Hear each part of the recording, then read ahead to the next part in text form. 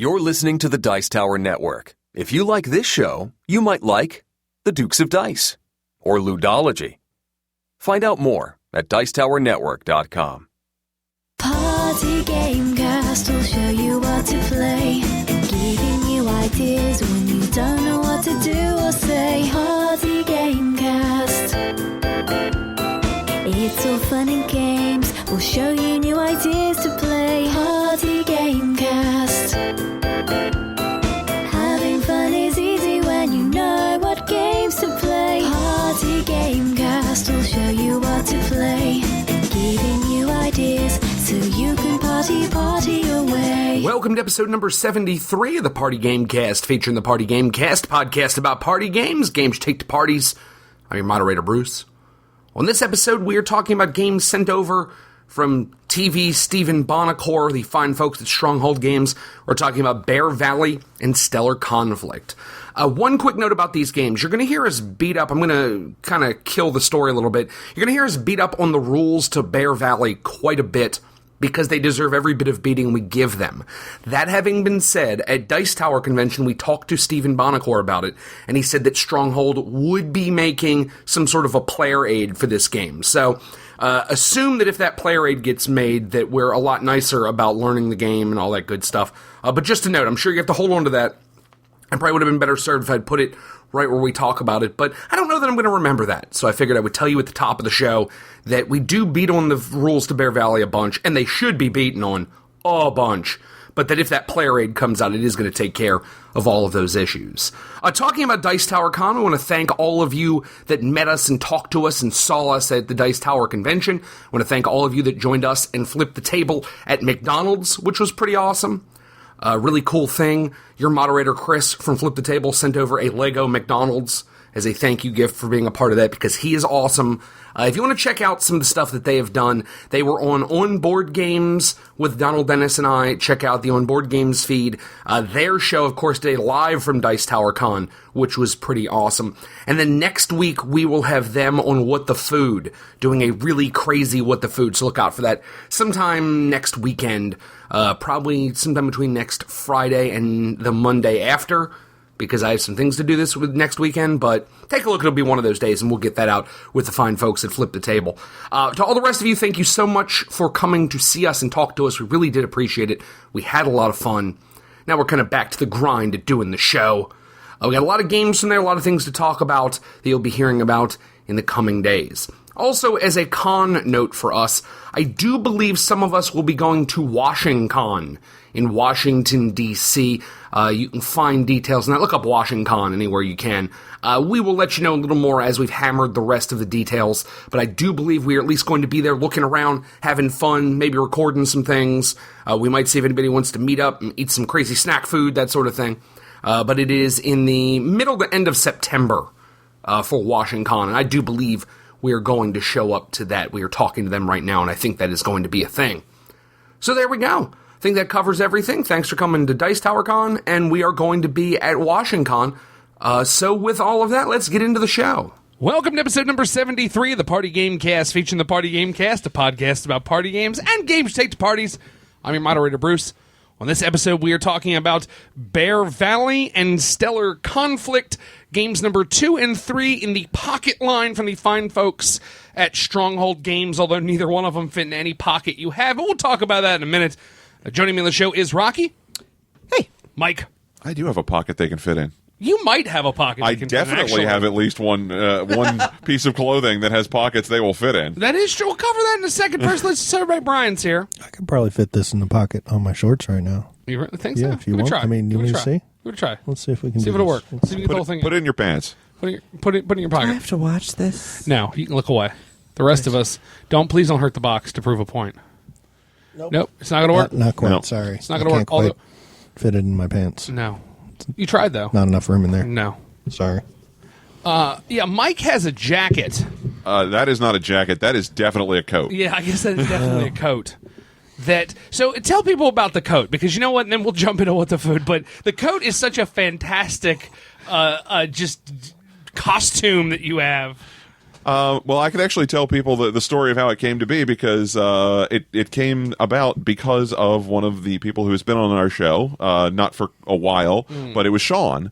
Okay. He had found, I don't know why, this is something we don't ask him about, but he happened to find himself in a children's store. And there was a giant display model of a coat on the wall. And it was absolutely huge. And Sean is a pretty big guy. So at some point, he called one of the salespeople over and he asked, well, how much for that? And they told him what the price was for one of the coats that was the normal children's coat. And they said they have it in these sizes for this age range. He said, no, that one, the display. And they're like, are you serious? And he said, yeah, I want that one. And they're like, I don't know, $50? And he said, sold. So they gave it to him, and he wore it. And I saw it, and I said, well, I'm even bigger than Sean. I can fit one of those. So there's this giant display model of a children's coat that fits no one smaller than me, really. It only barely fits you. Like, I think the two of us fit in it together. The three of us fit in it together. Yes. That's right. Wow. The Why three have of I us never multiple seen people. this? I only bring it out when it is very, very, very cold outside because it's an extremely warm coat and there's an awful lot of it. It's like we're in a bed. Yeah. Yes, it can be a sleeping bag. Yeah, there was a point on a Black Friday where Mike was in that coat, Rocky and I were in our coats, and then we all got in Mike's coat because it was especially cold. It was And we windy, were yes. Yeah, it was windy, and we hid in there. Now, don't get me wrong, we had to be friends. We couldn't have been in there as strangers, Yeah. but it wasn't as uncomfortable as that whole scenario sounds. I feel it sounds a little uncomfortable. Yeah, it was not. definitely. It's roomy, yeah. Yeah. And the arms on it are proportionate to the size of the coat and not proportionate to the size of a human being. So as tall as I am, my arms do not even nearly fit in this thing. I have to bunch up the arms to try to get my hands through. You have to wear that one time just so I can see this. 'cause I really I'm thought you picturing- had. I will I'm- definitely do that. No, I would have remembered you in a cartoonishly oversized coat because you are not a small man. No, And I am not. Finding a coat that makes you look like someone's wearing their dad's coat is To give you an idea, we had someone up on Josh's shoulders wearing that coat one time. Yeah, so we had a full-grown man, and then we put a full-grown woman on top of a full-grown man, and they wore it, so I personally believe, having seen pictures of Tom Vassell, that he's just three 11-year-olds stacked on top of one another, controlling him with levers. That's what we actually worked out in this coat, was a full-grown man with a full-grown woman on his shoulders, so that you could see her and his legs, and the coat's got to be, because I'm trying to think, it is, so for those of you out there, if you've ever seen a mascot, and you've seen, mascot clothing, this is bigger than mascot clothing. Way, way, way bigger. Yeah, I mean, the thing's got to be, 8 feet tall from the No, bottom of the... because I can wear it.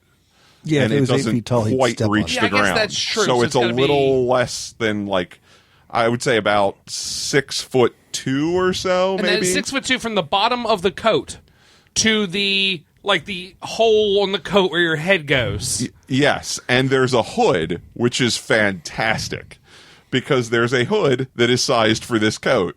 So it's just immense. If you put it up, then it just goes over your head, and there is no you anymore. Yeah. So I'm picturing It's the Princess not going to- Bride, the night cloak No. that Andre the Giant wore. The Holocaust cloak. The Holocaust, yeah, that he got lost in. No, it is bigger. Okay, good, because I was going to try and set it on fire. Yeah, please don't.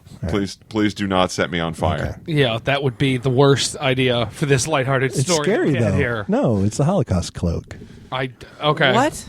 You don't remember the Princess Bride where Andre the Giant tries to scare all the people? So I am the dread pirate Wobbit. he Long time. 7 foot tall. Him puts on this cloak that makes him look even bigger, and his head's lost in the cloak, and then he comes all They have that scary. little and- wheelbarrow, and then they set him on fire. Yeah, and he's all standing on scary. top of a wheelbarrow, and he's already his size, and the cloak goes to the ground from him, Here's and the- his then- face is gone and hidden in the hood, and then they set it on fire, and everybody freaks out and runs away. You should lost me at the name of the coat that you gave it. It's a I was wrong. Holocaust It's cloak. called the Holocaust cloak. I called it the night cloak for some reason because I haven't seen that movie in a while. They call it a Holocaust Yeah, they cloak call it in the movie. Holocaust. I don't know why they call it that. No one else Okay. has one.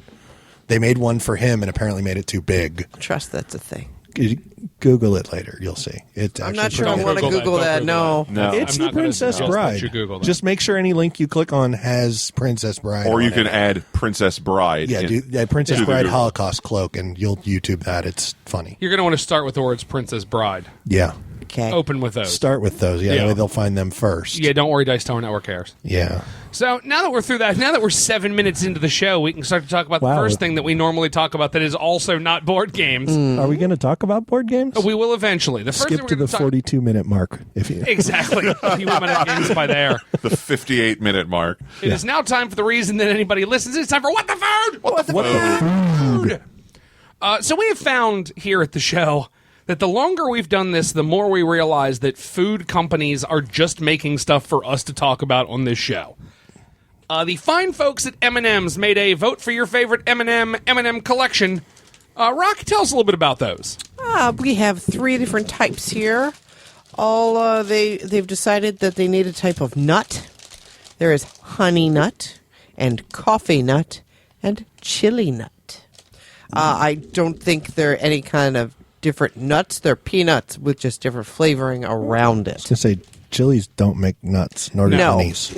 No. And you don't really refer to coffee as a nut, just as a bean. It's technically a fruit, so yeah, it's not a nut.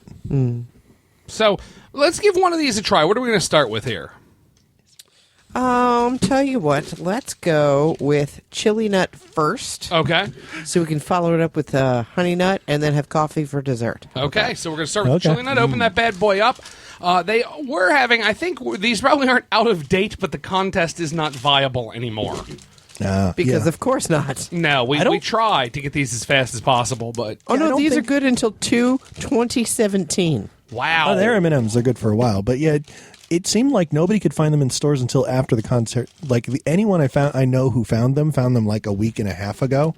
Yeah, well after the contest was over. Yeah, that was definitely how it was for me. Like, once I heard it was almost done and I'd never seen them anywhere, suddenly I started to see them in a couple of places. Hey, these are the same red as all the red M&Ms. The candy apple ones, the Valentine's one. There's one dark red and one light red. Yeah, and I guess that is their way of telling you, hey, this is chili nut, kids. Yeah. So, all I'm getting right now is peanut M&M. I got a mild bit of like. There's a little bit of heat. on There's the a back hint end. that Yeah. someone carried some paprika near the vat that this chocolate was in. Near the end, it's a little warm, I would Oh say. yeah, I'm getting a little Oh. tingle. Yeah. Okay, I got a Yeah. little bit of it. Not Yeah. much. It's not till the It's end, a but slow yeah. heat. Yeah. Yeah, it's not bad. That's not like if you don't like spicy foods, this isn't crazy spicy. If you can't handle any heat, then that's not for you. But if you like spicy foods at like McDonald's are fine for you, then this is fine. Though, as I ate a second one, it did get a little stronger. It builds a little, yeah. Yeah, a little bit. Yeah, it's getting stronger as it goes. Like I'm done my first 2, and it's Yeah. I can definitely feel it Yeah, I'm getting a little coating of heat, like kind of in the back In of the my back of throat, my- the back yeah. of my tongue. right around the tonsils. Yeah, just a little bit. Yeah, Okay. yeah, Very that's good. Cockles. yeah, that's Yeah. nice. Yeah, My cockles are warming up a little bit. Yeah. Yeah. Not of my heart, just of my throat. But that's not bad. Maybe not subcockles. your No, throat no, cockles, definitely not that hot. just your throat cockles. Yeah, but just those. Okay. Huh. Yes, Roggy. Nothing. Well, that certainly is an interesting idea. I like M&Ms Yeah. with just a little spice. It's I was looking forward to somebody finding these because I Yeah. saw the commercial or something. Those are fun. Yeah. Yeah, they're not crazy hot. They're just different. No, they're just a little warm. It's a very interesting. Like I said, it's a very interesting idea here. So Shame we're you going didn't to buy. review these all individually? I think or- at the end we pick our favorite and then decide if that would go to a party. Okay. Okay. Yeah, We ready for some honey nut? I sure hope we are. I wish we had a bunch. We could make a mystery grab bowl. Although the colors give it away, I guess. But That's true. you'd Because have the other like ones were like It was reds red and and red. oranges. yeah, it was like light. It orange. was red and dark red. You were very lucky there. This light one. purple. There's like a black one and a yellow one. Yeah, there's orange and yellow and There's black. a darker mustard colored yellow too. Covered in bees. Well, that is a delectable sound of a color for an M&M. Yeah, no, that is one sort got of away. The mustard. party cat can get that. Yeah, there's mustard. There's like neon yellow that doesn't exist in nature, and black. I'm not sure what It's not I was even brown. expecting. It's not this. These are honey nut. Yes. I get a cereal grain flavor, sort of, and there's a sweetness that's not sugar. It's sweet, but it doesn't taste like honey. No. No, but it doesn't taste like sweet like chocolate does. Yeah, it's odd. There's a little honey aftertaste, slight, Agreed. but it's very mild. It tastes less like honey, you're right, more like honey-flavored cereal. No, it tastes like like there was a honey nut Cheerio near these. Yeah. It's like involved because it tastes like cereal grain a little. Yeah. Yeah, honey nut like ends in Cheerios, not as in Interesting. honey and peanuts. Yeah, I also don't find this bad. This, I agree, this is just kind of... There's definitely a different taste here than your regular peanut M&M. Yeah, but it goes well together. Yeah, this is not all that bad. I like that. Of course, I tend to be drawn to super sweet things. Yeah. I wouldn't call this super sweet. Like the extra sweetness I is would. is less sweet than like usual candy sweet. I like it. It's sweeter than an M&M normally, but it's not Yes. like oh god, like Jolly Rancher sweet. No, I think these are sticky, sickly sweet. I know. They're the sweetest M&Ms I've ever had, but that's not saying much because they're usually chocolate. What are these? So we've got These one are the more left. These are coffee nut. coffee nut. Yes. Which are the ones I was excited about. Now, do they contain coffee beans or peanuts? Peanuts. Okay. So these are all just shades of tan and brown, because of course they are. Oh, yeah, the tan is very similar to the mustard of the last one. Those sort of look like when they did the basic chick M&Ms a couple months ago. Yeah, Those the were those same peanut ones? colors. Oh, there is a That is definitely coffee. Oh, there's a light colored one in there somewhere. I want to try one of each flavor because they're totally different. You mean one of each color in the same flavor? Shut up. Yes, Say there's with it. tan and brown and off-white. There's coffee, and coffee. Wow. Oh, yeah. Yeah, it is instantly recognizable as coffee. But it's not like super strong. It's coffee, but not No. like eating a coffee bean coffee. no, it's definitely coffee flavoring. Yeah. I get a weird coconut thing at the end. Yeah, at the end, kind of. Yeah. Yeah, maybe just a little. It's very strange. This is definitely of all of them the one that's the biggest departure from normal peanut M&Ms. Yeah, if these didn't have an M on them and I just ate them, I wouldn't know they were M&Ms. Although they're clearly M&M themed. You know, these I are the wanna ones try that, these are one. the ones that most taste like a completely different candy Yeah. than the other two. I want to try one of each now. At the same time. Oh my gosh. You rebel. Oh no! I'm out of control. So, we will do this by verbal voting. We're not going to do this quiet. Uh-oh. So, if you had to pick your one that exists into the future, Bruce, are you suggesting that we would ever do anything quietly? we've done our voting off the air before for things. like Oh, you mean silent votes? Oh, Yes. okay. Because we don't do anything quiet. Silent vote. this. Silent. Hold on, I wanna vote. No, if it was cold enough for that, I might have the coat. That's true. So, how That's a many? flavor combination. I bet that is really. Pour one each in my hand. Let's do this. No, don't do it. Which sounds like a play. I feel like then we need. It's not bad. I feel like then we need to just pour mustard all over them Ew. and call it a day. What are we, Canadian? On another day, Bruce. On another day. We just take the three. We get Quentin back on the phone. We all cover these in mustard. We make it a joint. So let's see here. So now I'm going to try one of each of the three. Now, did you just pop them all at once? Yeah, I did all three at once. Okay. The honey nut seems to cancel the coffee, and you basically just get like rich chocolate and then spice. At least for me, I couldn't taste the honey nut or the coffee. They kind of cancel each other out. Wow. And then you get a little spice. That is really weird. They do completely cancel it. Like, I didn't get that strong Yeah, coffee. there's no coffee. There's no sweetness from the honey. No. It's just like slightly stronger chocolate than you're used to from an M&M, and then spice. A little bit of spice, that kind of tingly at the end. This is like that really weird magic trick you see sometimes where you see somebody like take black liquid, dumps it in, magically becomes a clear liquid. Yeah. That is exactly what just happened there. Yeah, they wiped each other out, and you just get it with normal M&M with some spice at the end. Yeah. But there's a little, there's an Yeah. extra richness, because you get a little of that coffee and honey that's Yeah. more savory than an M&M. But anyway, not to get all foodie on it. Yeah, but that is really strange if you combine them all together. It's a fun combination. I like it. Yeah. So let's do by eyes which one you would choose to have exist into the future. But they can't see our eyes. So by saying I, You're Nicely welcome. done, Bruce. not a problem. Well handled. I felt since we're recording on Father's Day, I needed a dad joke. I understand. I'm going to try. But don't.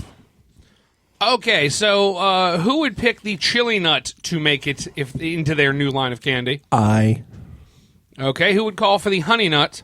We only get to vote once, right? Yeah. Okay. Who's calling for the coffee nut? Aye. That's crazy. Yeah. I never figured we'd see Rocky on the coffee nut. Yeah, I know, but you hate coffee. something about it. I like coffee-flavored things. I just don't like coffee. Okay. Oh, then yeah, this is perfect for you because it has coffee flavor without really being coffee. Yes. Which reminds me, as we discuss your dislike of coffee, Yes. don't forget the sponsor of What the Food. What the food? What the food? Are they fine folks at Steamworks Coffee at steamworkscoffee.net. What the coffee? What the coffee? What the coffee? With the coffee. Coffee by gamers for gamers. We're out of blends, so we won't be doing the long commercial this time. Although we did have some more of the... Which one of them? The Colombian one, I believe, today? I believe it was the Colombian Yeah, one. the Colombian one. Can our next sponsor medium be a roast. chocolate cake sponsor? If you can attempt to get a chocolate cake sponsor in. I'll get right on that. Yeah. Hey, listeners, if you know someone who makes chocolate cakes, send them our way. Because we This will make them can't a end second well. sponsor. Yeah. Because we are very happy to have the fine folks at Steamworks Coffee at steamworkscoffee.net. We love Steamworks Coffee. I We're not love trying Steamworks to Coffee. get Yeah, rid no. of We them, do. but there's a lot of show that's available to be sponsored. And you can have food and a drink Yeah. together. Absolutely. You know Which- what goes great with coffee? Is Cake. cake. Absolutely. Or pie. And I do know the guy who... Pie. I have a connection to the guy who does dangerously delicious pies. Why have you not Yeah. exploited that, sir? It's a couple steps out connection, but yeah. Tell him about our highly rated, very popular podcast. That'll get him so much exposure. Oh, you mean lie to him? Whatever you got to do to get us free pie, I don't care. Which reminds me, if you're out there and there's something you need to promote, a wedding, a bar mitzvah, your company, your upcoming Kickstarter, remember we do have ad space available. We'd love We to do. talk to you. Yeah. Although What the Food is sponsored by the fine folks at Steamworks Steamworks Coffee Coffee. at It is, and they are steamworkscoffee.net. wonderful people for sponsoring us and making delicious coffee. Absolutely. Coffee Absolutely. We thank by you guys. gamers for gamers. Although Yes. Rocky, not a big coffee fan, as we've discussed in the past, she has not talked about any of the coffees with us because it's just not her scene, Correct. and that happens. But that's not a knock against any particular brand of coffee, no, just she does coffee not drink in general. any so. coffee, but really likes coffee flavored things. And you don't even have to be a gamer to enjoy this coffee. Not although at all. Why would you be listening to me right now if I, I understand. You I could don't buy think this these- for someone else and give it to them By all if they're not a means. gamer. And you should.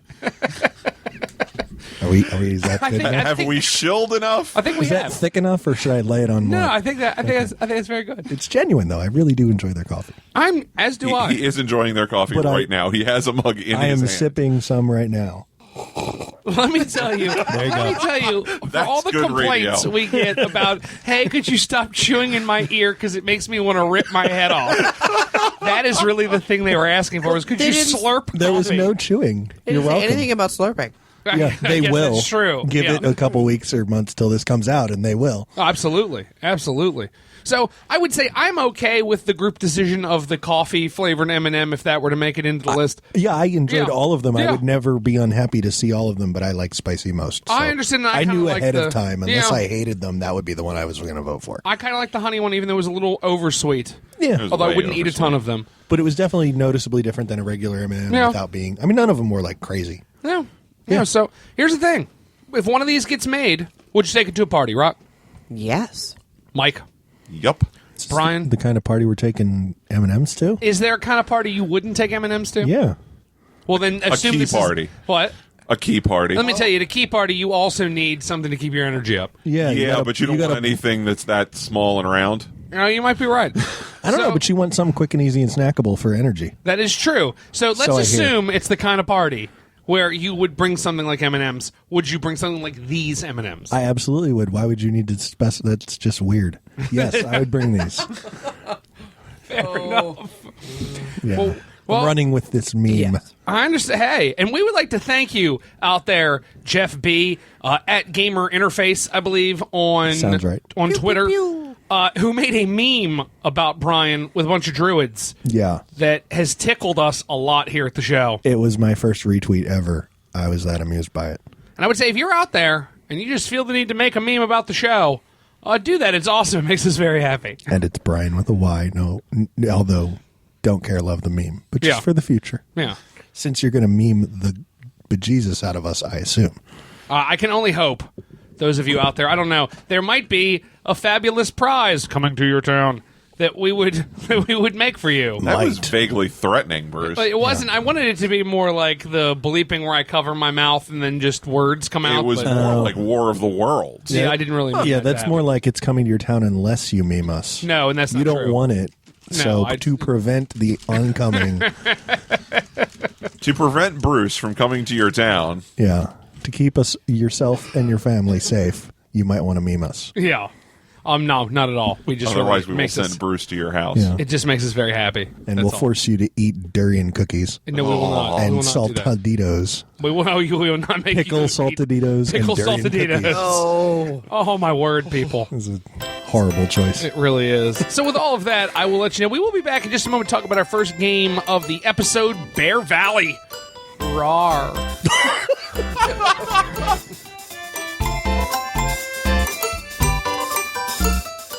Hey folks, Bruce here, back in the editing bay to remind you about Casual Game Insider on Kickstarter. Casual Game Insider is now entering its 5th year. This quarterly magazine specializes in light, fun reading that is perfect for fans of tabletop gaming. From reviews and interviews to convention coverage and game design tips, you're sure to find interesting and informative content in every issue. You can subscribe on Kickstarter. It's been going on for quite a while. It's got about 15 more days left at casualgamerevolution.com/Kickstarter, or if you go to Kickstarter, look for Casual Game Insider. As we stated last time, this is one of the first major media organizations to support us when we started. We really like what they do. I do enjoy that there is a magazine, if you know people that are just getting into the hobby, that you can point them to. They can kind of learn about those casual, fun games that are sort of the beginning of everyone's collection. If you're listening to our show and we're sort of the bedrock of stuff you listen to, I chuckle slightly, but it's a great place to get some of that information when you're first beginning your journey into board gamedom before you eventually get to the point where you play really long games, and then you come back to where it's the place you go to look for games again. Casual Game Insider is a great resource, a great thing to check out, and soon enough it'll be in Barnes & Noble and Books A Million. But if you want to get in on the ground floor, go to Kickstarter right now, look for Casual Game Insider, or go to casualgamerevolution.com/Kickstarter. Welcome back to the Party Game Cast, featuring the Party Game Cast. In this episode, we're talking about games sent over from the fine folks at Stronghold Games. I want to thank you, Stephen Bonacore, for sending these over. We will warn you ahead of time. These don't exactly fit the party game mold. That's something we talked about the whole time with these. We have one game that's kind of a little wacky in the way it works. We have another game that plays a bunch of people, but we will open with neither one of these are exactly party games. Yes, they are not moldy like party games. No, they're not No. moldy like party games. No party mold on the games. Yeah, so I'm sure when we get to Brian, we'll discuss about what kind of parties we might take these to, if any. What do you mean when we get? What is When we what get is to you, with Brian, the we'll talk about abuse? that. Don't worry, we'll discuss when we get to you. But the main thing to note here is yes, we are aware these are not exactly party games. We are looking at these kind of if you'd play these with your game group and less about would you take them to a party, because there is no kegger that's been waiting for Bear Valley or Stellar Conflict, and we know No. that. And we already know that. It's not that that's bad, but it is. We want you out there to know that we know that. So, like, what about your Grizzly Man viewing parties? You know, maybe your Grizzly Man viewing parties, this would be incredibly I feel like appropriate. this would be very appropriate. Yeah, but It'd because be that's theme because appropriate. At Yeah. your Grizzly Man viewing party probably doesn't have over 6 people. exactly. So you'd be all yeah, right. yeah, I feel like we found the kind of party you would take this to. You're welcome. Yeah, good work, Brian. Well done. The first one we're talking about today is Bear Valley, game number 2 in the Pocket line. Remember, if you do, that game number 1 is Diamonds from Mike Fitzgerald. Game number 2 is Bear Valley from Carl Chuduk.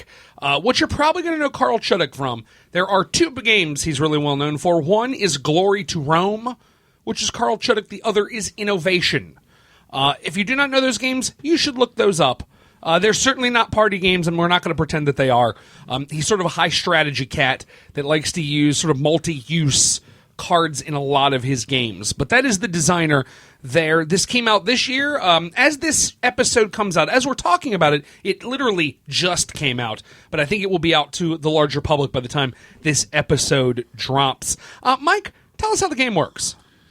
Well, unlike Glory to Rome, this actually doesn't multi-use a lot of things. In fact, it doesn't multi-use pretty much anything. The players have little tokens that represent them, and there is a board that is set up along a river where everyone starts at the start camp, and the object is usually to get to the end camp and be the first one to get there alive and not in a bear's stomach. Rawr. Rawr. You accomplish this by exploring, which puts out more cards that make up the map. They're set up in sort of a brick formation where they're offset from each other in rows. And as you explore, there are various things on the cards that there are various entrances and exits that have to line up, and you can go along those paths.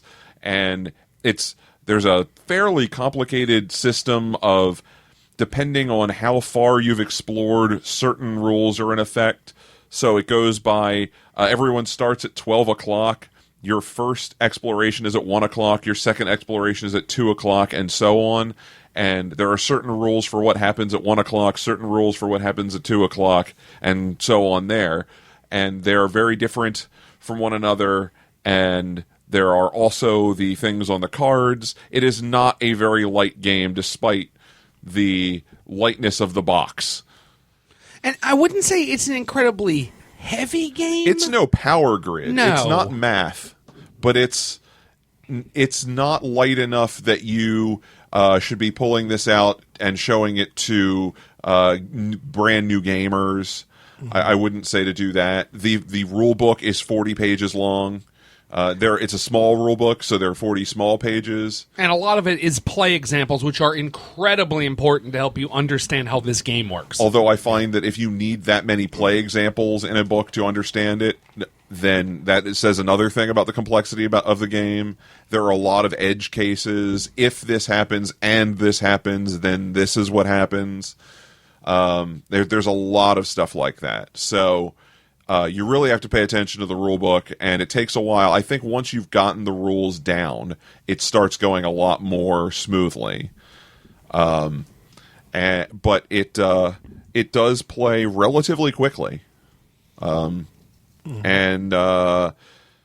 there is not a lot in the box. There's a bunch of cards, some little meeples, some little gold tokens, and some other tokens for the other assorted things you can pick up that will make your life easier if you choose to play with those advanced rules. And that's it. Yep, there are two sets of rules. Main thing Mike covered is that you start at one camp, you're trying to get to the other. That is the basic game. The board Mike talked about, that's set up of the river, there is no actual board. Everything is a playing card. Yes. And there are examples on how to set up the board based on the number of people you have and whether you want a short game or a long game. We did play short games, so they came in at about the 15-20 minute mark. I don't think if it was longer, it would have been over 45 minutes for a game once we understood what we were doing. There's an easy set of the rules, as Mike said, where you kind of leave a lot of the edge stuff out, and it's just a race to get from point A to point B. Once you add all the stuff in, there's a bunch of tools that help you. The other thing to note, as Mike said, is that some of the cards are certain types of terrain, like mountains or forests, or I'm trying to remember what else there was. There are bridges. There are bridges. There are hedges that separate one half of a card from another. The paths are very important because they link with the path that you're on, and they can tell you exactly where you're allowed to go. You have to keep following the path. Water is important because if you come across water, you have to stop. Yes, there are lakes and there's the river, obviously. Yeah, a lot of things have water on a border of one of the corners of the card, and it's you can keep going where you want to go, but you got to stop that turn. Yes. And, of course, there's the bear. Rawr. Rawr. When bears come up, Mike mentioned that system of it is sort of a pressure luck when you go exploring.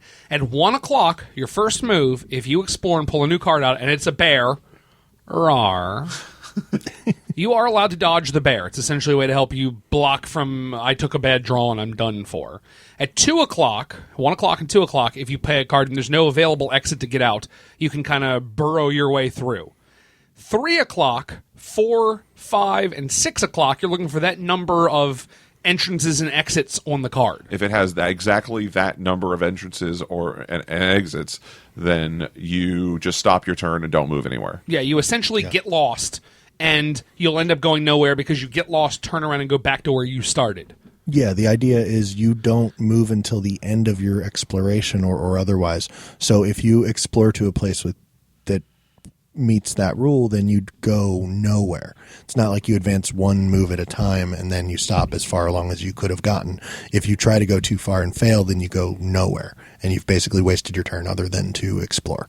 And then the final bit of pressure luck, if you get past 6 o'clock, you go to 7 o'clock or later, 6 entrances still stops your turn, but if you draw a bear tile, he eats you, and you are completely out of the game, eliminated. And that is the main reason I wanted to describe that clock thing, because there is a way that the bears can eat you. You can't always dodge them. There is even a way that the bears can win the game.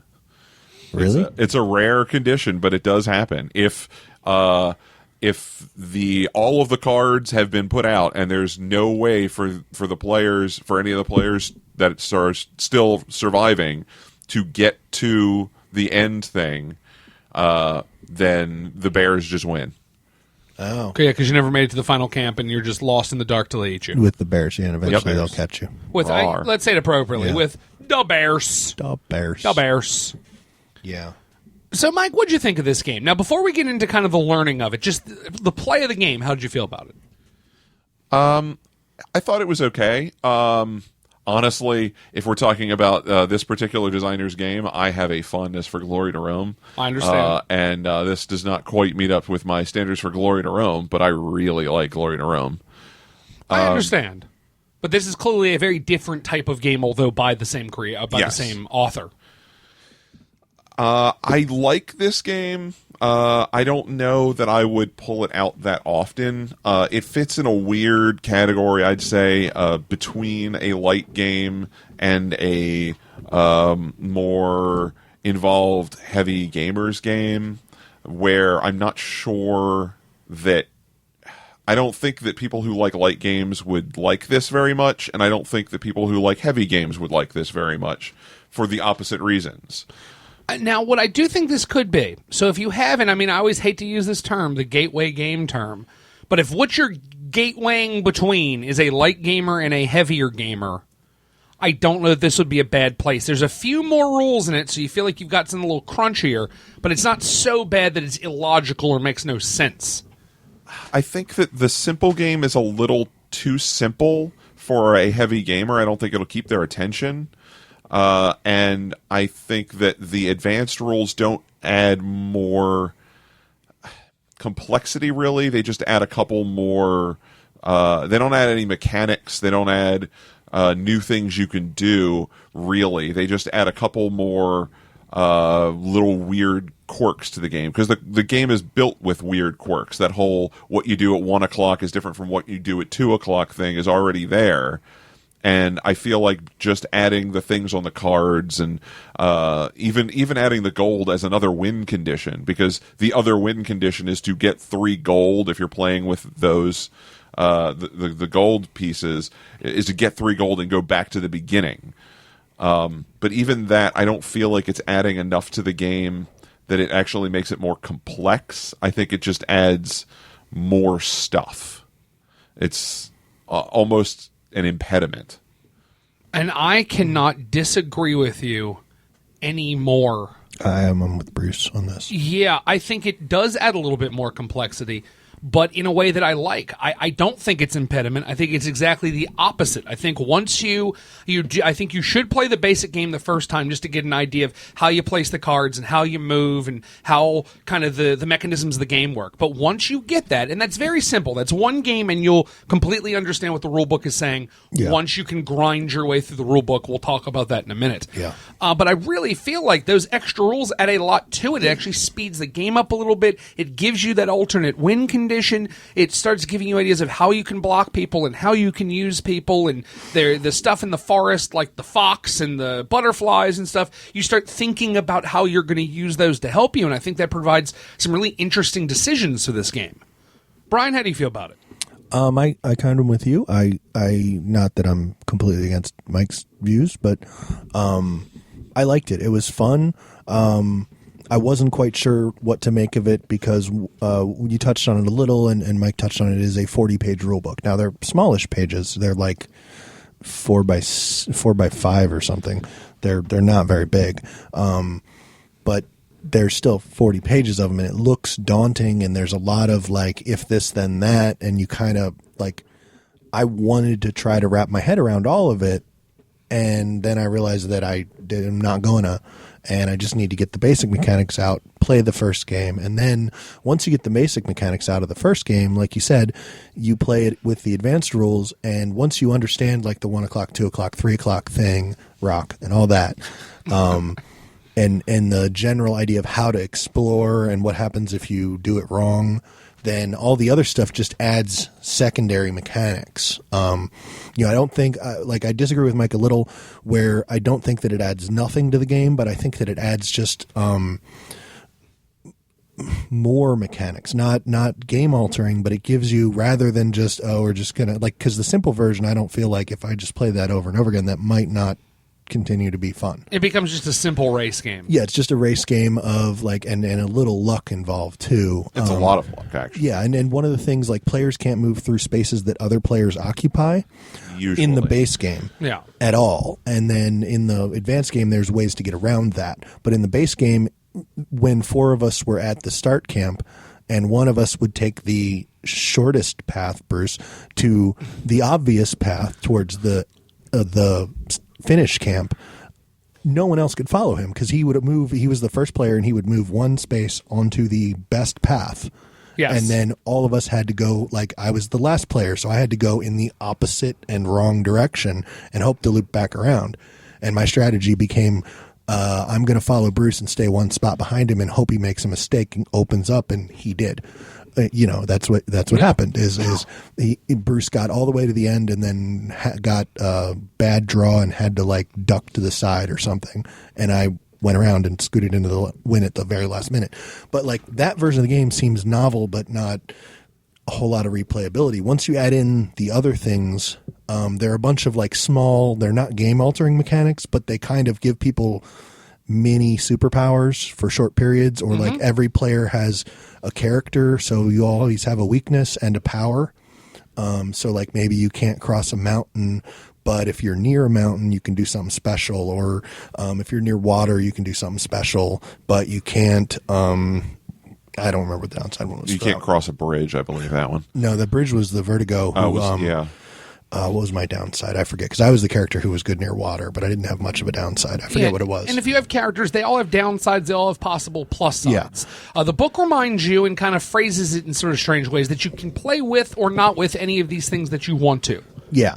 Yeah, and I think the other thing, the items were neat because you could pick up a picnic basket and throw it at the bear so the bear wouldn't eat you. And it would take the bear out of the game for the rest of the game as long as you didn't stop on the bear space, which you weren't allowed to. So you could get around a bear, but it would also open that space up and nobody would ever you wouldn't have to worry about people behind you. Whereas if you just duck away from the bear, then that's still a problem for everyone behind you. Yes. So there were neat little, it would give you a temp, or the canoe gave me one advantage that let me scoot around through the river where no one else could to a tile that wasn't open yet, which was neat, but it wasn't game altering. No. So I like that aspect, that it kind of gives everybody little ways that they can break the rules for one turn. And you have to stop somewhere to get these. Yeah, you have to stop on them, or your character has a situational ability. I had to be near water to use my ability, but it was nice when I could use it, and I deliberately tried to always stop on water whenever I could so that I could use my ability. So that, I don't know, that aspect I like. There's a little more strategy there, with your ability where if you stopped on mushrooms, you went on a crazy mushroom trip through the woods. Yeah, the mushrooms let you draw a card. If you don't like it, you draw the next card. And with this, you got to just keep doing that. Well, you could, because we thought that was a game winning, once he does that, he'll do it forever and automatically win. But with that one, there's a downside of if you don't like the first card, you must accept the second card before you see it, and then you can keep doing that each time you draw a card, but you can't do that multiple times to the same card. So it could be game winning if you're really lucky. If you're lucky, but we thought it was just because the first time we saw it, we were like, "Oh no, Bruce landed on a mushroom. He's going to win next turn because he can flip through the entire deck and lay down whatever path he wants," which was not the case. No, but no, sorry, I in general, my opinion is I liked it. It was fun. I don't think it was quite a party game, but it was more party game-ish than I sort of expected. Yes. Because with that large set of rules, it feels daunting, but it's actually pretty easy. Like, you just have to play it once. It's one of those games where it seems like there's a million rules. You play it once and you've suddenly gotten 90% of the rules, and you have the rule book for the what happens if I land on a magic fox? I forget. And then you just glance, oh, that's what happens when I land on a magic fox or whatever. Rock, how'd you feel about this one? I'm glad we played the simplified version first. Yes. Because once you go to the advanced version, it's a lot of layers of stuff to be aware of. You have the powers, you have the special spaces, and then you have items, and each thing is a different ability or downfall, and it was just a lot. And I'm not sure I would have liked it if we had done that right from the start, because I would have been frustrated. But Forest is a very trippy place. They're like magical butterflies and magic mushrooms. Magic foxes. And like spirit foxes. Yeah, like Yeah. what? But there are bears everywhere that will eat you. Rawr. Yes. Yeah. But they're placated by a picnic basket. Well, because all bears are placated by picnic baskets. Picnic basket. Picnic. You Picnic, dropped I'm the sorry. syllable there. Yeah. Picnic basket. If we've learned nothing from the National Geographic series Yogi Bear, that is what we've learned. Bruce, you nearly made Brian spit out his Steamworks coffee. I didn't Yeah, I mean almost it. spit Steamworks coffee all Don't over the waste place. Which is Stuff. available at steamworkscoffee.net. You can get some more. I might need some more if I spray it all over your equipment. I understand. I hate it when that happens. So, Rocky, how did you feel about the game? I liked the game. You know, I didn't have the competitive bit that everybody else did of like following other people. Maybe because I was third, so by the time it got to me, the first person had blocked something, and then the second person had blocked something. And I'm like, all right, I'll just go the opposite direction of everybody else. So, Boy, if you didn't. yeah, just complete opposite end. And I didn't mind that, though, because it was like I was wandering through the woods alone and In the dark. looking out for bears Where there are and bears. mushrooms. You found all the Rawr. mountains, Rawr. though. I did find all the mountains, and of course I had the character that hates mountains. That's why you're called Rocky. Yes. So is your character. Yeah. One Because, of dad course- joke was enough. Yeah. I mean, the character's named Rocky and doesn't like mountains, and the other Yeah. one's Vertigo, who doesn't like bridges. I'm not making the joke. No. It's there already. Yes. Yeah. Although I didn't find myself stopping for items, mostly because on my side there weren't any except for like one thing of gold, and I thought it would be silly to pick up one piece of gold, especially when I was alone. I don't know. I didn't feel like stopping there. Now, the one thing you could have done was, if you grabbed that gold, is you could have run through the entire top half of the board past Brian and I. Because with a gold, Is it on that side of the board, but man? you could have made the complete trek all the way around No, with your it's one not. piece of gold. I did what I want. and past Brian and I with I it. did what I want. That is the nice thing about was- following people Yeah. is unless they keep discovering water, all you have to do is wait for them to make a clear path and then move 27 spaces. That's 'Cause one there's reason no- I kept sticking to the river. Yeah, there's no fail condition based on the hour and no bears based on the hour if you're following someone unless they exposed a bear, and then you know not to go to the bear. And But, that's I was on a spiritual journey. I didn't really need any of you guys. fair enough. You found your butterflies. That was I did several Yeah. times. And that is sort of the neat thing about this, and this is the clever part of the design, is that even though it is a race game, because of the way you can move around the board, it doesn't let anybody stay way out of the game. yeah. You might find out in the last couple of moves, as you have a winner starting to emerge, that people might go all of a sudden like, gosh darn it, I don't think I'm winning this one. But usually by Yeah. the time half the table is not in the race anymore, there's like a turn or two left, and then it's over. Yeah, like the way that our second game, the first game we were still figuring everything out, but the second game with all the fancy rules in, the moment you were within 2 moves of winning, I was also within 2 moves of winning, and Mike was within 2 moves of winning, and Rocky was On a spiritual journey. She was enjoying herself in the woods. Well, you know, with I the had butterflies. I had the butterflies, so I could move And the as many bears. spaces as I wanted to without getting lost. Yeah, except except- for those stupid mountains. yeah, except the butterflies always led you to a mountain. They're jerks like that sometimes. They can Yeah, be. jerk flies. And that was, once again, if Rocky, after a game or two, decided she didn't like the characters because that's what was happening, you take the characters out. If Mike wins with gold and you feel like that's cheap, you remove the gold rules. And it's all laid out in the rule book for you to do that. the extra items you get all kind of make logical sense. If you have a rope, hey, you can go up to a bridge or down from a bridge. If you have a machete, hey, you can go through high grass. If you have a telescope, you can see where you're going to park a card ahead of time. Like, all of those feel right. They did match up correct items with the correct abilities. Would like to point out the forest is also trippy and messy. Because there's just this stuff lying around all over the place. There is. Someone has been littering. And I'm not sure how gold coins, piles of gold coins just got... I need to go hang out in state parks more. Well, then I have a dark story to tell you, Mike. You don't know how gold coins end up just laying around in the forest? Because a bear ate someone. There was someone that, for some stupid reason, brought gold into the forest, and the bear murdered them. Why would we even go to Bear Valley? I can't even imagine. That's a bad idea. That seems like the worst idea. Yeah. That's why there's spare canoes just sitting in the forest. What's that bank robber who got jumped out of a plane near D.B. Cooper? Oh, they never found maybe him? it's D.B. Cooper's gold. It may be. Before he got mauled by a bear. He got eaten by several bears. That's why it's littered around. Oh, exactly. That's dark. So that's why that's all there. We're bringing flavor to the game. We're trying. Oh. So here's what I would say. There's a lot to be said here, and this was rawr. That was the last thing D.B. Cooper heard. Rawr. Can I point out the biggest, most glaringest problem with this game that I really think needs to be rectified? Okay. There's no rawr button? Whenever you play the bear card, it does not make this noise. Rawr. And that is a failure of Stronghold games that is almost I unforgivable. feel like they should make an app. Bonacore. Make an app where you just hit the need button. to fix that, Bonacore. So here's what I would say. You've heard all of that. As we learned the game, we figured it out. The rule book to this is needlessly hard to understand, and it is both poorly organized. It is, I would say, both bad at teaching the game and not a good reference when you don't understand things. Oh man, looking stuff up in that book is special. Yeah, and it really was. I thought, so we've talked about this on the show before, that I am not the best rule understander.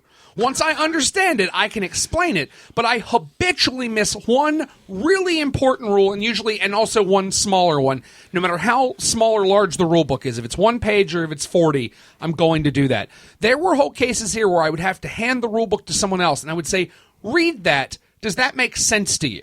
I did it to Rocky. I was like, hey, Rocky, read this. And she would read it and she said, what?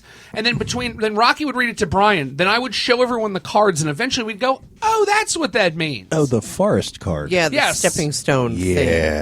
Yeah, but it's just phrased weirdly. Yes. Yeah, we were reading through the paragraph, and you read it one sentence. We're like, okay, first sentence got it, second sentence got it, third sentence got it, fourth sentence what? And it literally, my response was, it made complete sense up until that last sentence, and I don't know.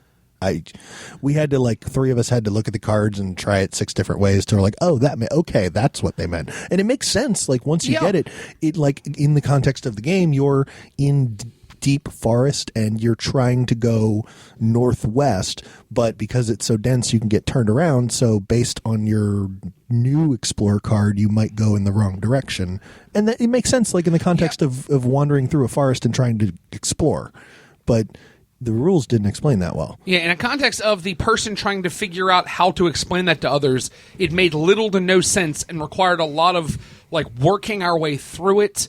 Another thing that was really, I think, kind of a glaring problem for me, your mileage may vary, but at the beginning it says, this is the starting board. And you have a set of cards that are blue with bear prints, and essentially they're to bear tracks. And they're like, hey, this is what the starting board looks like. There are 14, I think, starting board cards. They show you a layout of 8 cards. They say, this is the starting board. And then I'm sitting here holding 7 more cards. 6. Okay, 6 more cards. That may have been the first problem. 8. So I'm holding 6 more cards going, what in the world are these for? And I'm flipping through the book and flipping through the book and flipping through the book, and I can't figure out what in the world to do with them.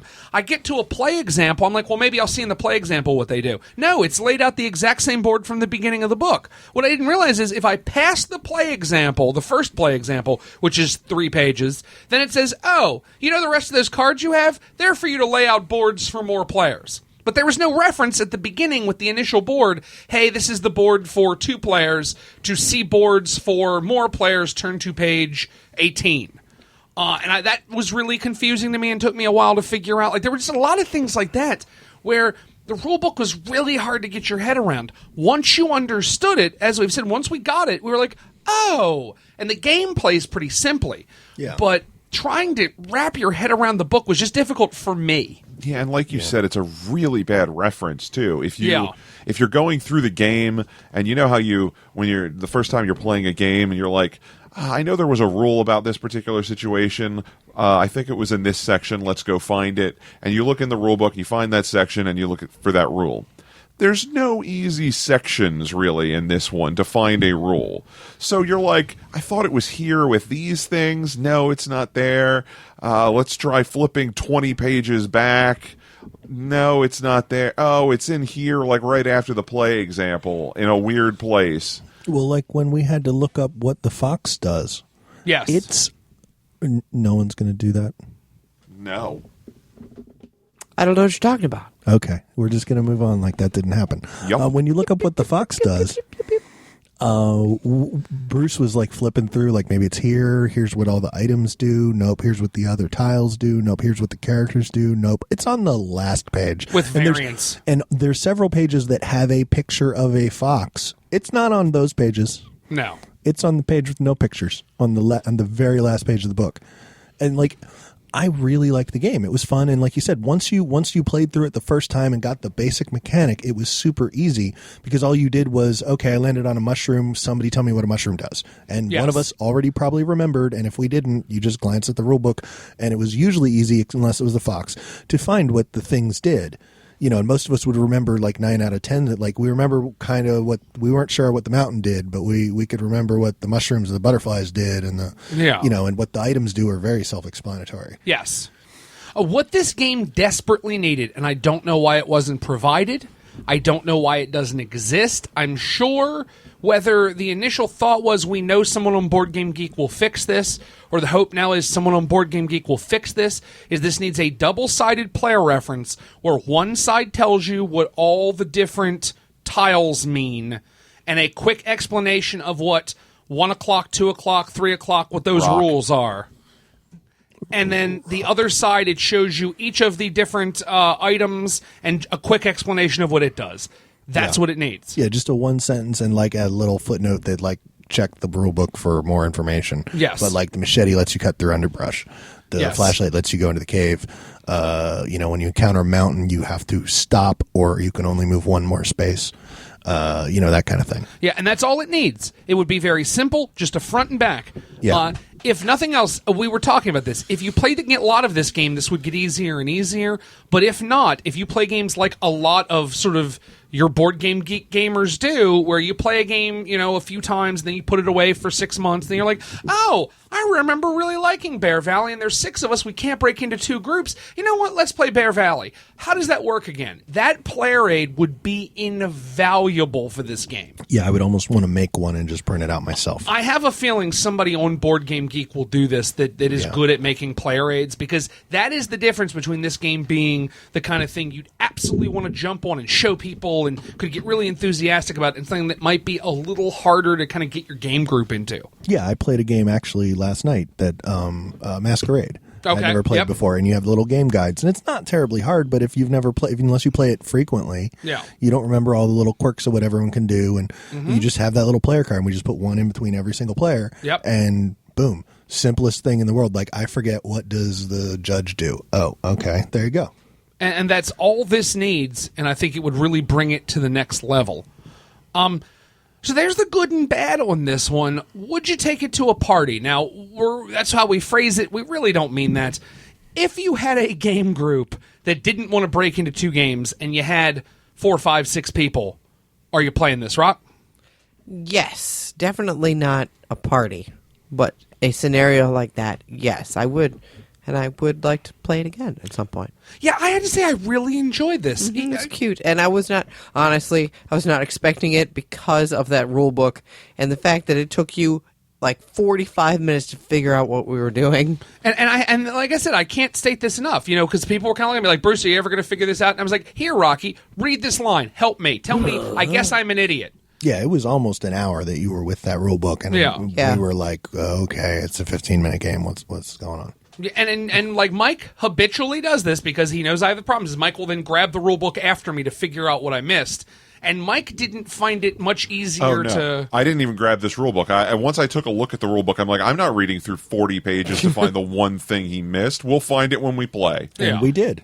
And we did to our credit, and I guess the credit of the game, we did eventually iron all those details out within about 3/4 of a game of this. So it's not that bad. It's just I really wanted a player aid. This thing... Oh, there's still more. There's actually still more that we didn't cover. For example, you remember how in the book it has the descriptions of the players or the characters? Yes. But it only has their downsides. It doesn't have their bonus effects. Yeah, that is in the rule book. It only tells you the negatives. Yes. The positives you have to have the card to see. I think I know. I might have some idea why that is. If you read that section carefully, it says that if you're playing the basic game with enchantments, you don't use the character cards. If you're playing the advanced game but not with enchantments, you have only the disadvantages. If you're playing the advanced game with the enchantments, you have both advantages and disadvantages. So there's even more caveats. So do whatever you want. Yes. Done. And there is something to be said for giving you this full menu of stuff you can do to make the game your own. Yeah, but agree. it does make it a little harder to wade through the rule book when all of that's in there. There's just, as someone who's written a fair amount of code in his life, there's a ton of if-then statements in this. It's all becomes a case statement or something. Yeah, well, but it's not all in the same place, which is the problem. Yeah, I feel like there's go-tos. No one wants to see a go-to. No one ever wants to see a go-to. Yeah. We nerded out in a different way. I understand. That's why I just stayed out of the way. But there's lots of stuff that comes up only in these edge cases, and then there's lots of but wait, if this is the case, that's not how that works. But you have to know that because you read a different part of the rule book. Yes. Yeah, and I feel like if the rule book was organized differently, that would be super clear or easy to check. Like, hey, I'm in a situation, I landed on a thing, and I think there's a case, let me go check. But it's hard to find with the way the rulebook's organized. If the rulebook was like, if you just had a table of contents that was like, I don't know, all the things related to a mountain, or it was like, here's all the standard rules, here's all the advanced all things, here's all the exceptions, or like it would be, it's not super simple, but if I spent a day with that rule book, like, you know, if that was my job to write those sort of things, it would be pretty easy to make that rule book easily searchable so that you would be playing the game and like, you know, I came to a combination of tiles I haven't seen before. Let me make sure nothing came up weird because I'm, you know, or whatever, like all those little if this then that but not this sort of thing that Mike was just talking about. Like there's a way to organize the rulebook to make that super easy as a reference guide, and whatever they did with the rulebook was not that. Yeah, and like I said, I think once again this is a half decent player aid away from just not even being an issue. Yeah, player aid and maybe a slight rearranging of the rulebook. Yeah. Wonderful. Yeah. Mike, so how about you? So once again, we've covered that party may not exactly be the situation for this, but it is the brand we have. Would you take it to a party? I've got to say, I don't think I would. It's an okay game. If it hit the table, if someone else brought it out, I would play it. I wouldn't, turn up my nose at it. But I wouldn't personally bring it to a party. I like a little heavier game, ideally, or a completely lighthearted game. And this is right in that in between where it's not enough to keep me interested in a heavy game, and it's not lighthearted enough to keep me, just having fun and laughing. So I don't think it's my kind of game that I would recommend for a party personally, or a game get together. Okay. And how about you, Brian? Taking this one to a party? I'm going to ditch the branding for a minute and just say yes. Okay. No memes. Yes, I absolutely would. Because I'm thinking about the party I was at last night. Yeah. Actually, and they're not this group, but they're gamers. I mean, they showed up with Masquerade and they showed up with a bag of games, and half of them I knew from this show. There you go. I was like, wow. That's awesome. They busted out Sushi Go and okay. Masquerade, and then Telestrations After Dark, which is possibly my favorite game ever. And they're like, I don't know if anyone's heard of this game. It's called Telestrations After Dark. And I'm like making schoolgirl squee noises in the corner. So that group absolutely I would take this game to, because they are receptive to those sorts of things. And Yep. I don't.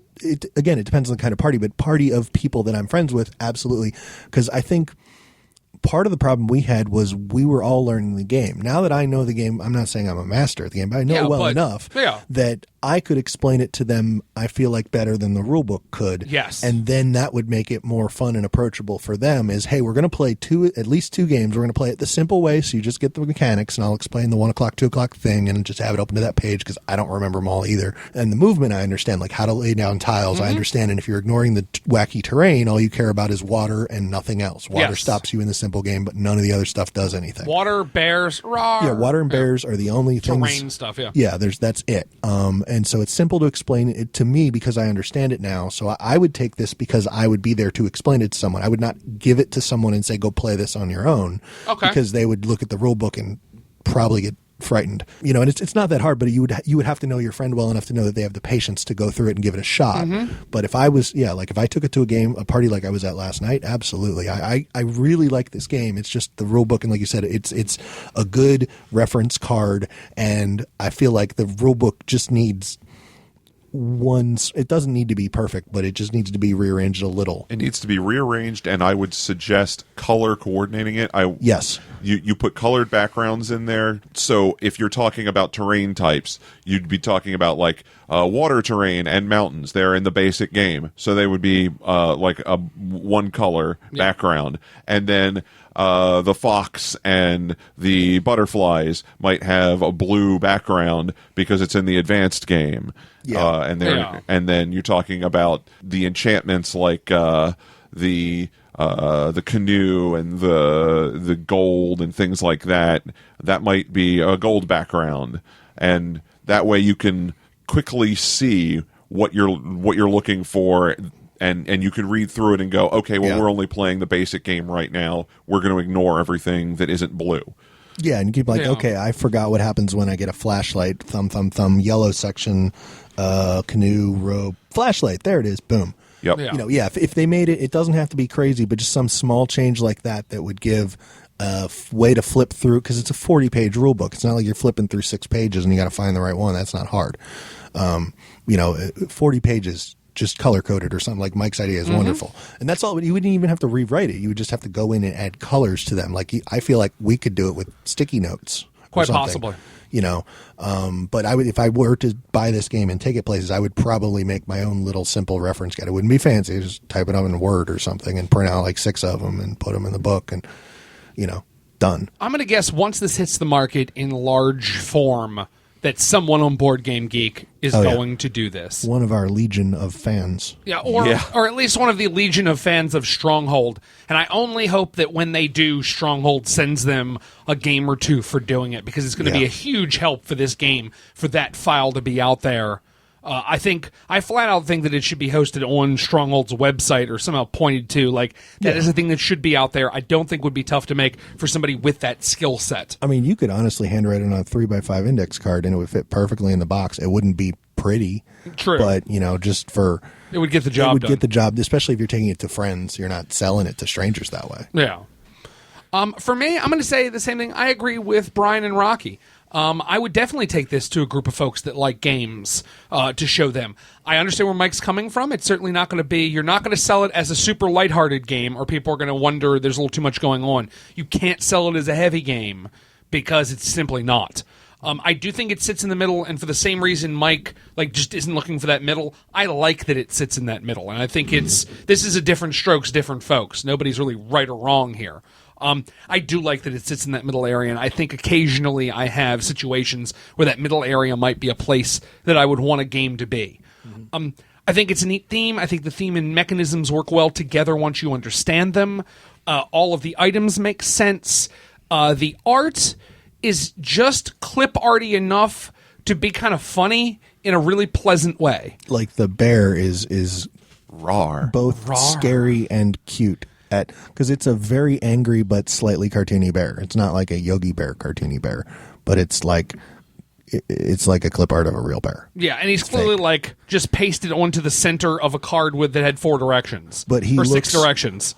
hyper angry. Yes. Like he should almost be foaming at the mouth with how angry he looks. Yes. But it also looks comical how angry he is. Yes, because it's also just his head.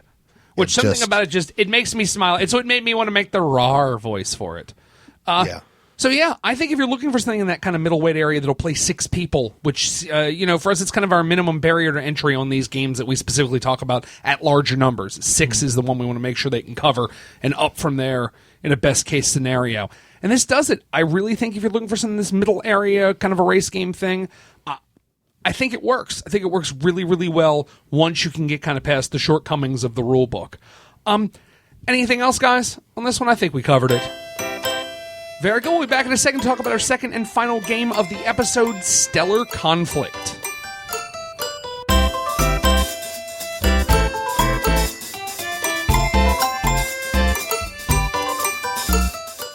Hey folks, Bruce in the editing bay here. Normally I would put one of our well-produced, more slick commercials about either going to Board Game Geek or going to the hotline at 30 Party Game, 30 PARTYGAME. But I said this time just to talk to you directly about a couple crazy things going on. Number one, we appreciate your ratings wherever you can rate our podcast. We really, really do appreciate you going on iTunes, because now if you go into iTunes and you type in Party Game, we are the first podcast that comes up. And that was not true for a very long time. So we appreciate if you go over there and rate us. We like good ratings, but however you feel is fine. So we're going to read one right now from Commando84, who says, "The fun is infectious. Bruce and his crew are the kind of friends everyone wishes they had. Through a combination of creativity, chemistry, and entertaining party game reviews, the Party Game Cast manages to channel that energy into a great podcast. Even non-gamers will find something to enjoy, as the crew often start episodes with topical discussions in the increasingly famous What the Food segment that pits the Party Game Cast against weird snack foods from around the world. Once you hear the latest podcast, you'll want to dive into their back catalog to hear some classic moments, guaranteed." We thank you very much for that. I just want to take the time to read it and thank you. Also, as a note, with some of the changes to the host that we have for the show, in the very near future, if not with this episode, really, really soon, we're going to be on YouTube. So our stuff's going to come where you could listen to the episode on YouTube with just our art the whole time. But if YouTube's easy, you're free to get to, it'll let you. Also, I believe we're going to be on iHeartRadio, which is the app that has stuff like Clear Channel on it. So we're going to be there with a lot of really big radio stations, which is really, really cool. So if there are ways to let people know about us through that, we'd appreciate if you do it. We don't do it ourselves. That seems a little too self-serving, although, let's be honest, we're pretty self-serving. But rate us on iTunes, check us out on YouTube. If it's worth checking out, I will see how that works. iHeartRadio, we should be on that app soon, which is really exciting because that's kind of a big deal.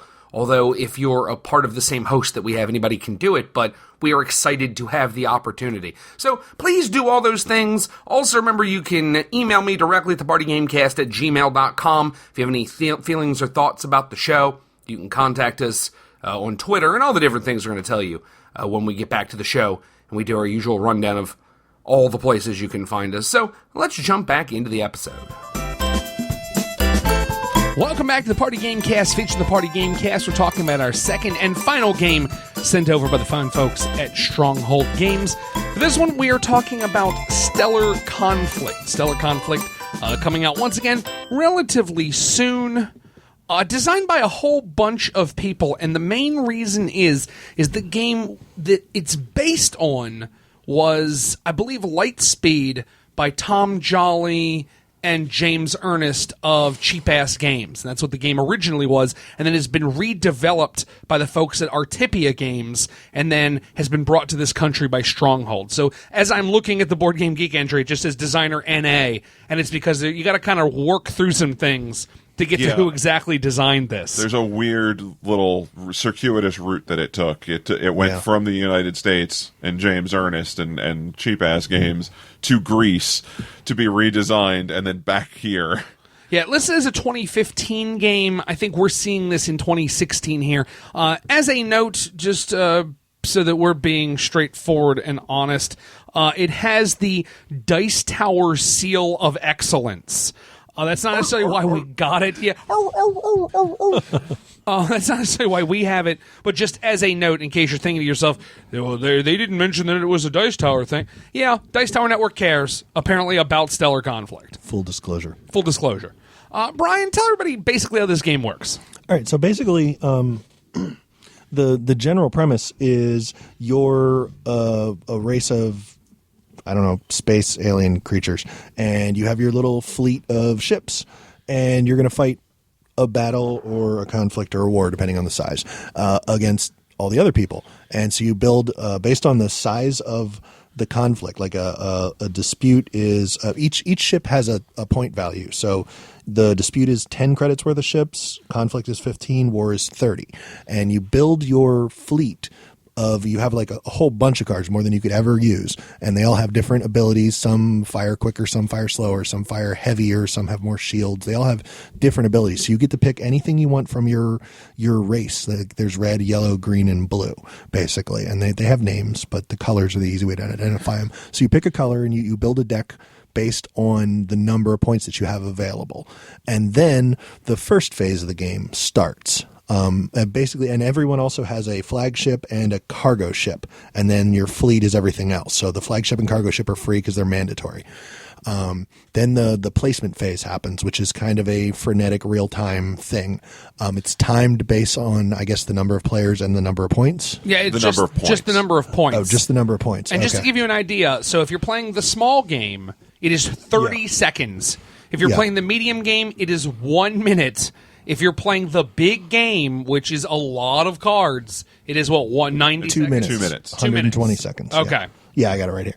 Yeah, so yeah, if you have the small thing with 10 points of ships, then everybody has 30 seconds to place, up to 12 cards, depending on how you do it. You might only have 4 cards, depending on what you picked.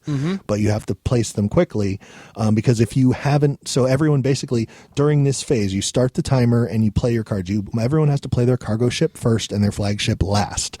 So you play your cargo ship anywhere you want, and then you start playing all your other fighter ships however you want, and you have to respond. You have to look at what other people are playing and try to make sure that your line of fire, because they always fire in a set direction, so you can orient them any way you want, anywhere on the table you want, and you have to go quickly so that you get through to your flagship before the time runs out. Because when the time runs out, if you haven't placed all your ships, anything still in your hand is removed from the game, and you just weren't fast enough. Oh well, and so you have less ships.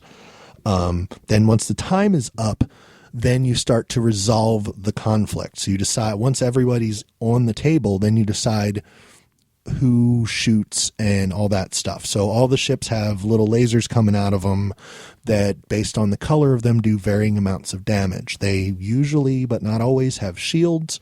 So if a ship shoots another ship on the shield, then it does no damage. And I guess what you do to resolve who shoots what. Everything has an initiative. Lowest numbers go first, so you start with anyone with a 1, then you go to 2, then et cetera, all the way up. So when you find all the 1s on the table, and then you have little stretchy rubber bands that you use, you're basically determining the line of sight. So you start from your ship and go along the trajectory of the little laser that's coming out of it, and just keep going to see if it hits something. And if it hits the shield, it bounces off and doesn't do anything, or there's one card where the shield bounces the damage back at the source ship. And if it hits, then you see how much damage that laser's color did, and you put that much damage on the ship. If that much damage is enough to kill the ship it hit, then that ship dies, and you put that ship in your victory pile, and you get points. If it doesn't kill it, then it just gets damage, and the damage is cumulative. So if it gets hit again later, it might die, but you didn't kill it. And then once you resolve all the 1s, then you go to all the 2s, and then all the 3s, and all the 4, et cetera, all the way up to, like, I think 16. You could probably go as high as 18 based on one of the special abilities in the game. And so you resolve all this, everybody's shooting everyone, and one of the things to keep in mind, because you're resolving them in this order, maybe I thought I was going to shoot Mike's ship, but someone else blew Mike's ship up. So now I shoot through that empty space where Mike's ship was, and I shoot my own ship. Oops. Then if I blow my own ship up, then I take that and put in my victory points, but it's worth negative victory pile, but it's worth negative points. So if I blow up my own ship, I'm penalized for it. The other thing, all the cargo ships have little cargo pods on them, I think based on the number of players. It's like one per player. Every time someone shoots a cargo ship, the amount of damage they do transfers cargo pods from that ship to the ship that shot it. And it stays on the ship that shot it. If that ship that shot it lives to the end of the conflict, then those are extra bonus points for the person who owns that ship. If it gets blown up beforehand, then those cargo pods are just gone and no one gets points for them. If your cargo ship still has cargo pods at the end of the game, then you get points for them. If it loses all its cargo pods, it blows up and goes away. I think that's all the basic mechanics. Each certain lasers have different abilities. Like there's one laser that you can hit someone with that'll slow them down and add to their initiative. Each race has different sets of abilities. Like there's one race that their ships can go twice, so they have 2 initiatives. There's another race that like tends to be able to have abilities that make it immune to friendly fire. Not all of them, but some of them. There's one that just has a whole bunch of really low point value ships. So you can have a swarm of tiny small ships that shoot real fast but don't do a lot of damage, and that sort of thing. So there's a little strategy there to figure out what kind of fleet you want to build and how you want to place them based on that. But that's the basic thing. So there's basically the overall feel is you're building your fleet, and then real quick you lay it out super fast, and then you spend a few minutes resolving all the. So it does have sort of a different. It's like there's 2 phases, and they have very different feels. One is crazy fast and frenetic, and the other is slow and a little. It's not super slow, but it's definitely a different pace than the other. So I think, did I miss anything? No, I think you pretty much got it. The one thing I would want people to know is the cards are square, so they're essentially about the size of a drink coaster. So they do take up a little bit of space. Yes. And once again, they're not card shaped; they're square. Yeah, they're square. They're like the long side of a playing card, but square. Yes. For this one, I'm actually going to switch. I'm going to ask Rocky. How do you feel about this one? Yes.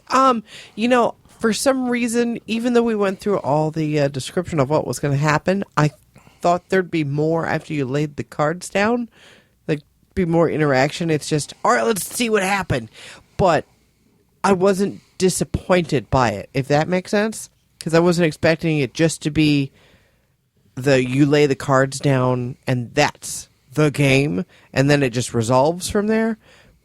But it was interesting.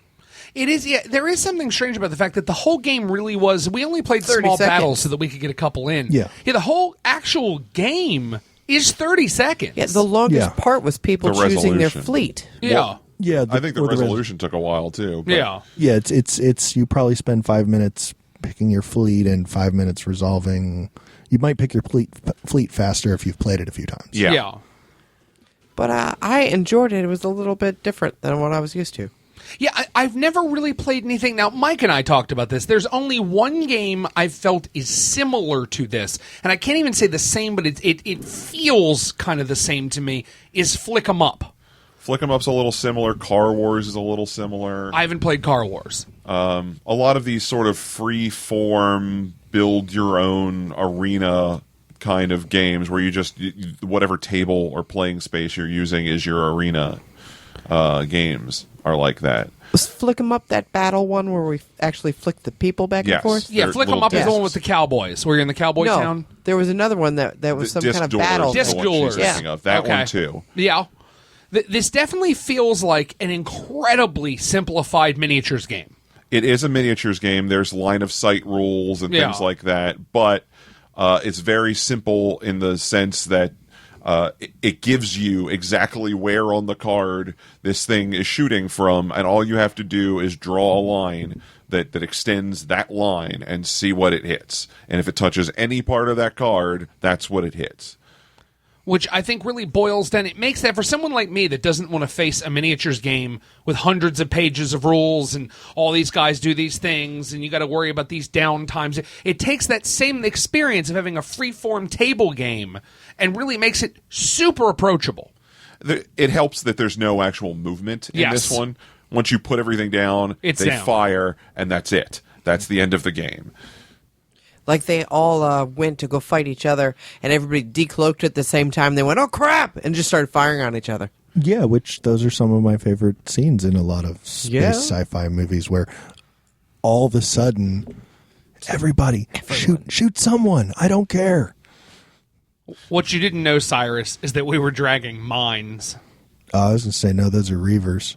Okay. But okay. yeah, sure. Also. Hit him with the red cannon and the blue cannon and throw this can of soda at him And while why you're at not it. the blue cannon? Because we got it. Just start, shoot someone. Exactly. Brian, how'd you feel about this one? I really liked it.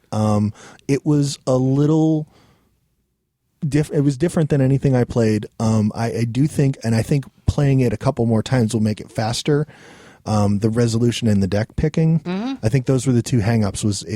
And I know I was the worst of them. Was taking time to build the deck because I had to read like every card twice, and then like the race that I had, the red one, I forget what they're called.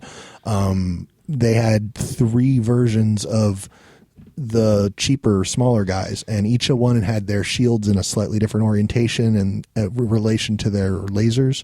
So I was wondering, like, do I want one back corner completely shielded, or do I want a partial shield on 2 different sides of the card? Do I want to fire in opposite directions or the same direction? So I was overthinking it a little, but I feel like if I played it a couple times, I would just move through that pretty quickly. Yeah, I don't even know that you're overthinking this necessarily, and I think, like I said, I think it puts the thinky parts where you want them to be. Hey, before we start the game, you need to too long to think about this. Awesome, we'll do that. So if you're talking about this in a party situation, hey, let's all get a cup of coffee and decide how we're going to build our team. Okay, that's not hurting any of us. It's time to play the game. Bam, 30 seconds, we're done. Yeah. Now we'll sit here and resolve, and maybe that takes 10 minutes. Yeah, and to me, like, I don't mind the length of it, but it did feel like I felt like I was making people wait, because I don't think I was overthinking it. I just think I spent too long thinking it. But again, it was our first playthrough, and then we tried to start a second game, and I knew more, so I had a better strategy going, but we never got to that game because of other interferences. But I like that idea of you spend a little, because one of my old school gaming things was like Magic, which is a deck building. So you're sort of doing mini deck building. You're building a little fleet.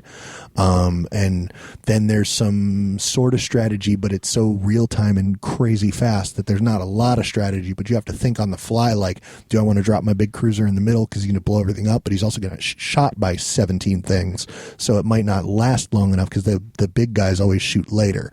Do I want to drop a whole bunch of little things? So I liked that strategy. I feel like it's approachable to people who game or who game a little. I wouldn't say that if this shouldn't be your first party game or game of any kind, but like even if you're just a Cards Against Humanity, apples versus apples person, be like, hey, it's similar, it's fast paced, it's cards, it's easy, and it's a fun. You're just spaceships shooting at each other. So I really liked it. Like we said at the beginning, neither of these are really party games, but at the same time, like I said, the party I was at last night, I would totally take this there.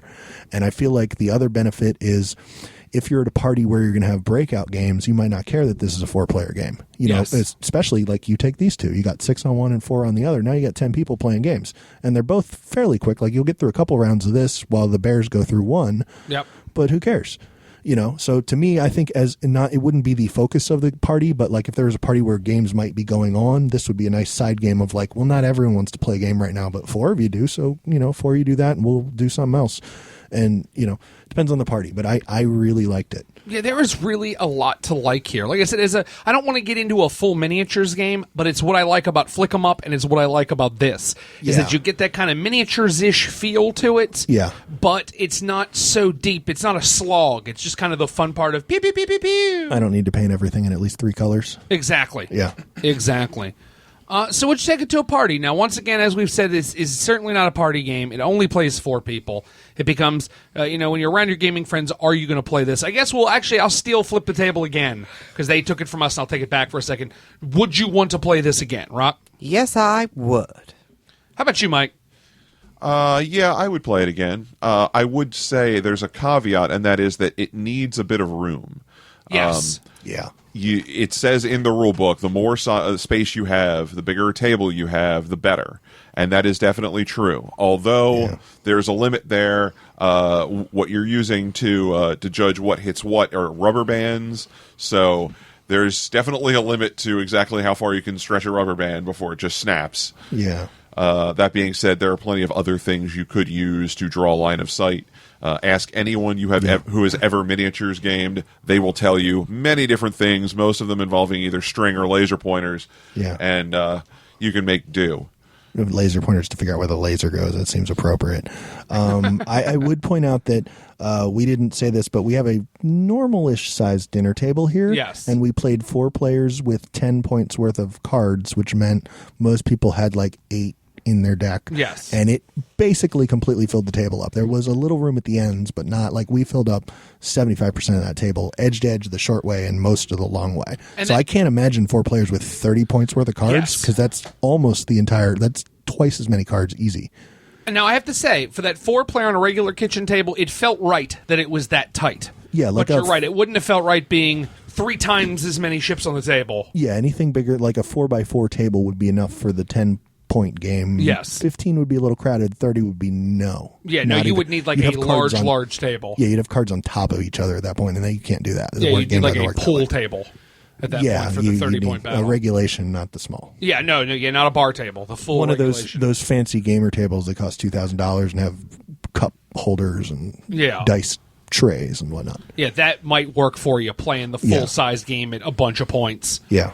So then I don't feel like I have to ask you, because I feel like you've probably conveyed it, Brian. You taking this to a party? Is it the kind of party where I'd take a non-party game too? Yeah, it's the kind of party. Let's not even say it's a party. It's like the thing you did last night where you were kind of around some gamers. Was that a party? It was a cookout and pool party. Oh, okay. Well, then, when you're around some gamers, if it's the kind of where you could take kind of not exactly a party game, a 4-player game about space conflict, would you take it? Obviously, I already said I did. Yeah, I had a feeling, but yeah, no, I would take this to anywhere where people are approachable to games, because, like I said, it wouldn't be we're not going to all get together to play Stellar Conflict because it's only 4 people. Yeah, but at a thing like that would be perfect, where there's 12 people there and maybe 4 of us want to play a game and the others don't. So, boom. I have to agree. I feel the same way. I really like disc duelers. I really like flick 'em up. I really like this. The thing I'm excited about is I'm sure this game's dying for them to make more armies. Yeah, the only downside I could see to making more armies is you need an obscene amount of space. Well, not even that. I think it would just be a case where we would just have more options to choose from. It would just but play yeah, 4 players. If it's only 4 play, but like it would be neat to say, hey, we got an expansion now. You can play 6 players, but it already takes a while to resolve. So now maybe you're playing 30 points, 6 people. You got 78 cards on the table. It would take a while. I'm okay with it. Still only plays 4 players, but now we have 4 more races. Yes, I'm no, okay like with that. Yeah, the only way the only way I would see adding more players would be reducing point values, but then you would have like 4 ships. Yeah, I'm perfectly fine with more options coming. Yes. And don't get me wrong, I want to explore these first, and we didn't play enough games to explore these, but I would love the idea, and I'm sure in the future we'll see it, of just more races that do more different things and give you kind of more options to build your fleet and that kind of stuff. Yeah, and I'd like to see how this plays, one of our benefactors, the friend of the show, has a very large game table, an 8x4 game table that we could play this on, and we could get the 30-point game in that way. And I'd like to see how that plays out. Yeah. Yeah. I think there's really a lot to like here in a very small box. They still call it the Pocket Series, which is still a joke for this size box because it's too big for that. But there's a lot of game in a really small box Unless here. you have the giant coat, in which case... Yes. Yeah. I have a coat pocket that would fit this, not giant. Yeah, that coat pocket fits 2 pairs of gloves and a hat in each pocket. Okay. So this is definitely a pocket version for that. But I would say for this size box, there is a ton of game in what is essentially a small box for as much game as you're getting here. And technically with this one, if you ditched the box, you're just putting a bunch of, like a baggie of tokens and a deck of cards in your pocket. Like, it's not if you hard. strip it of its box, it is very easy to transport around. Yeah. So anything else I'm missing on this one, guys? Nope. Fair enough. Well, then, all of you out there, thank you very much for listening to the Party Gamecast, featuring the Party Gamecast podcast about party games and games to take the parties. I've been your moderator, Bruce. Joining me is Rocky. It's not a valley. It's really more of a gully. Mike. Good night, Gracie. And Brian. Rawr. I want to remind you, we want to thank Shifty Pop, the creator of our theme, the creator, singer, orchestrator, producer. You can find her at Fiverr. I guess she counts as a singer-songwriter. I guess she would be a singer-songwriter. Yeah. I realize we hadn't done it all show. You can find us on Twitter. At Party Gamecast. You can find the cat. At Party Gamecat. You can find us on Facebook. At Facebook. At Facebook. You can find the Guild on Board Game Geek at BoardGameGeek.com. We would love to talk to you there. No one seems to talk to us. I even try now. We have a website, but you can't get to it unless you happen to know its IP address. Hopefully that'll be fixed by the time this airs. Yeah, hopefully this is something where you look back and go, I don't even know what they were talking about. That's Yeah, what we we're really having hope. Some Yeah. DNS errors. But you could find it eventually at ThePartyGameCast.com. Yes.com. .com. It's .com. We would like to thank all of you that have rated us on iTunes. It does make us smile when we see your ratings and your reviews there. Some new ones have come in recently, and they've made us very happy. I hear you can rate on Stitcher, but I haven't figured out how. Yeah, no one has yet. So just go over to iTunes if you have it and let us know. If there's some way to do it on Stitcher, we'd sure appreciate that, too. Yeah, you could tell us how to add all the above things. Yeah. Or you can call us. You can call us on the hotline at 30PARTYGAME, 30 PARTYGAME. You can leave off that last E for savings. You can email Bruce. You can email me directly at thepartygamecast@gmail.com. Thank you, Mike. No problem. We're a proud member of the Dice Tower Network. Remember, Dice Tower Network cares at dicetowernetwork.com. We want to thank the fine folks from Steamworks Coffee at steamworkscoffee.net. Coffee by gamers for gamers for sponsoring What the Food. And getting us through this episode. Food. Getting us this episode much later than you may realize when you listen to this in your car at 9 in the morning. Yeah. And thank you so much for listening. And thanks to my bestest pal in the world, Steve Bonacore. Yeah. Thank you, Don Bonacore.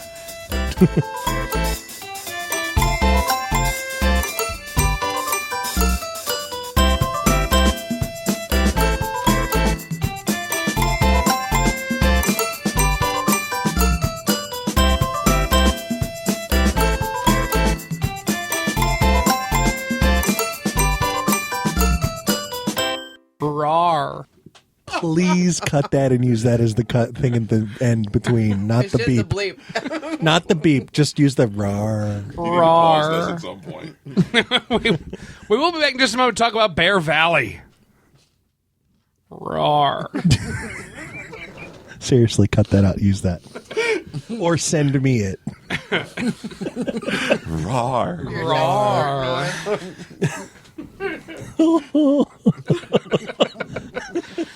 Rawr.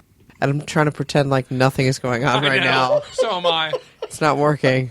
I'm doing my best. I think Mike and I are broken for a minute. Yeah, I backed off from the microphone. I wanted that to keep going. The longest day ever. So, Rock. Yeah. No, keep talking. They're off the mics. We're fine. I don't remember what I was talking about anymore. Bears. I didn't end up following anybody else like a bunch of you tended to do. Rawr.